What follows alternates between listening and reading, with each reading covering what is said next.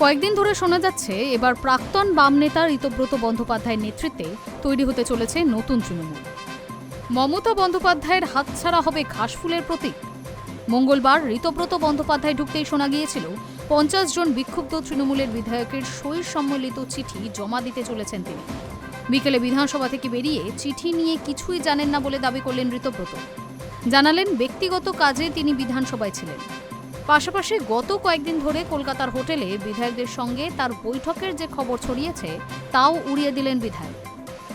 তবে নতুন তৃণমূলের জল্পনা জিইয়ে রেখে বললেন, আমি আজে বিশ্বাসী, কাল কি হবে জানি না, বলতে পারবো না। অভিষেক বন্দ্যোপাধ্যায়ের বিরুদ্ধে ক্ষোভ ছিলই বিধায়ক ঋতব্রত বন্দ্যোপাধ্যায়। সইকাণ্ডের সূত্র ধরে তা প্রকাশ্যে চলে আসে, যার জেরে ঋতব্রত সহ 2 বিধায়ককে বহিষ্কার করে তৃণমূল। এরপরই উঠে আসে নতুন তৃণমূলের তত্ত্ব। শোনা যায় এবার নাকি 50 বিক্ষুব্ধ বিধায়ককে নিয়ে নতুন তৃণমূল গঠন করতে চলেছেন ঋতব্রত। কানাঘুষো শোনা যাচ্ছিল মঙ্গলবারই 50 জন বিধায়কের সই সম্মিলিত একটি চিঠি নিয়ে বিধানসভার স্পিকারের দপ্তরে জমা দিতে চলেছেন তিনি। শোনা যাচ্ছিল 50 বিধায়কের সই সম্মিলিত চিঠিতে নতুন তৃণমূলের ভিত্তি প্রস্তরের কথা বলা হয়েছে। দাবি করা হয়েছে তৃণমূল কংগ্রেসের নাম ও জোড়াফুল প্রতীকের আসল মালিক তারাই, মমতা বন্দ্যোপাধ্যায় নন।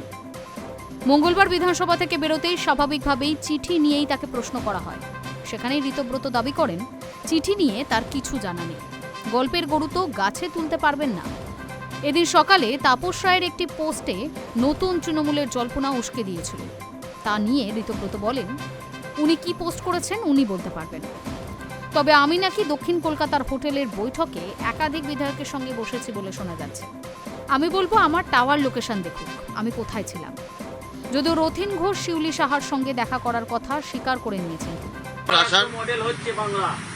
আসলে তাপসদা তিনি এই বিধানসভার এর আগে ডেপুটি স্পিকারও ছিলেন, ডেপুটি চিফ হুইপ ছিলেন, মন্ত্রী ছিলেন, এখন রাজ্যের গুরুত্বপূর্ণ মন্ত্রী।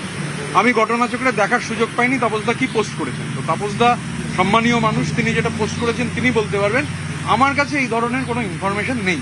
কিন্তু আপনি এই যে কয়েকদিন ধরে বিভিন্ন জায়গায় মিটিং করছেন বলে দেখা যাচ্ছে, এই যে বলা হচ্ছে, এইটা নিয়ে কি বলবেন?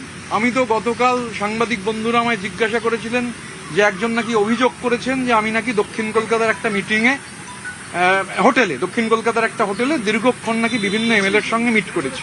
আমি আবারও প্রকাশ্যে, সংবাদ মাধ্যম রয়েছে, আমি তাকে চ্যালেঞ্জ করছি। আর আমি আইনজীবীর পরামর্শ নিয়েছি, কারণ এটাও ডিফেমেশন, উনি এটা বলতে পারেন না। আমি কোর্টকে বলবো যে তদন্ত করে আমার টাওয়ার লোকেশনটা চেক করে দেওয়া হোক, যে উনি যখন বলেছেন তার আগে কোথায় ছিলাম আর উনি বলা পর্যন্ত আমি কোথায় ছিলাম, আমি তার জন্য প্রশাসনকে জানাবো, কারণ আমার মনে হয়েছে আমার মানহানি হয়েছে। আজকে একটা চিঠি জমা করেছে অভিষেক। আসলে নিয়ম অনুযায়ী যদি তৃণমূলের 2/3 বিধায়ক বিধানসভায় দাবি করেন তারাই আসল তৃণমূল, সেক্ষেত্রে তারা দলের প্রতীক পেতে পারেন। যদিও চূড়ান্ত সিদ্ধান্ত থাকে স্পিকারের হাতে। 26-এ 80টি আসন জিতেছিল তৃণমূল, ফলে 2/3 সমর্থনের জন্য প্রয়োজন 53 থেকে 54 জন বিধায়ক। কিন্তু এই মুহূর্তে ঋতব্রতর সঙ্গে রয়েছেন 50 জন। সেই কারণেই এদিন চিঠি জমা করতে পারেননি তিনি। শোনা যাচ্ছে আগামীকালের মধ্যে এই সমস্যার সমাধান করে চিঠি জমা দিতে পারেন উলুবেড়িয়ার পূর্বের বিধায়ক। সেই কারণেই চিঠির কথা অস্বীকার করেও জল্পনা উস্কে তিনি বলেন, কাল কি হবে কে জানে। Hi news network.